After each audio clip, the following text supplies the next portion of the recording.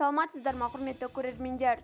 Ең соңғы жаңалықтарды алғашқылардың қатарында білгіңіз келсе, бейне астындағы лайк және подписация таңбаларын басып, біздің арнамызға жазылуды ұмытпаңыз.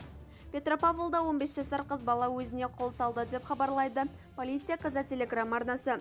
31 мамыр сағат 15:15-те Петропавл қаласы ПБ-ның 102-ші жедел арнасына Жамбыл көшесіндегі 16 қабатты тұрғын үйлердің бірінің төбесінде қыз баланың тұрғаны туралы хабарлама түседі. Оқиға орнына жеткен жедел тергеу тобының қызметкерлері 15 жастағы қыз баланың қайтыс болғанын анықтайды. Алдын ала болжам бойынша жасөспірім көп қабатты үйдің шатырынан секіріп, өзіне өзі қол салған.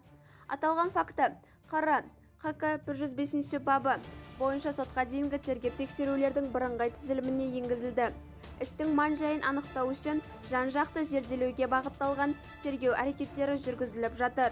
Олардың нәтижелері бойынша түпкілікті процессуалдық шешім қабылданады. Бізді бақылауды жалғастырыңыз.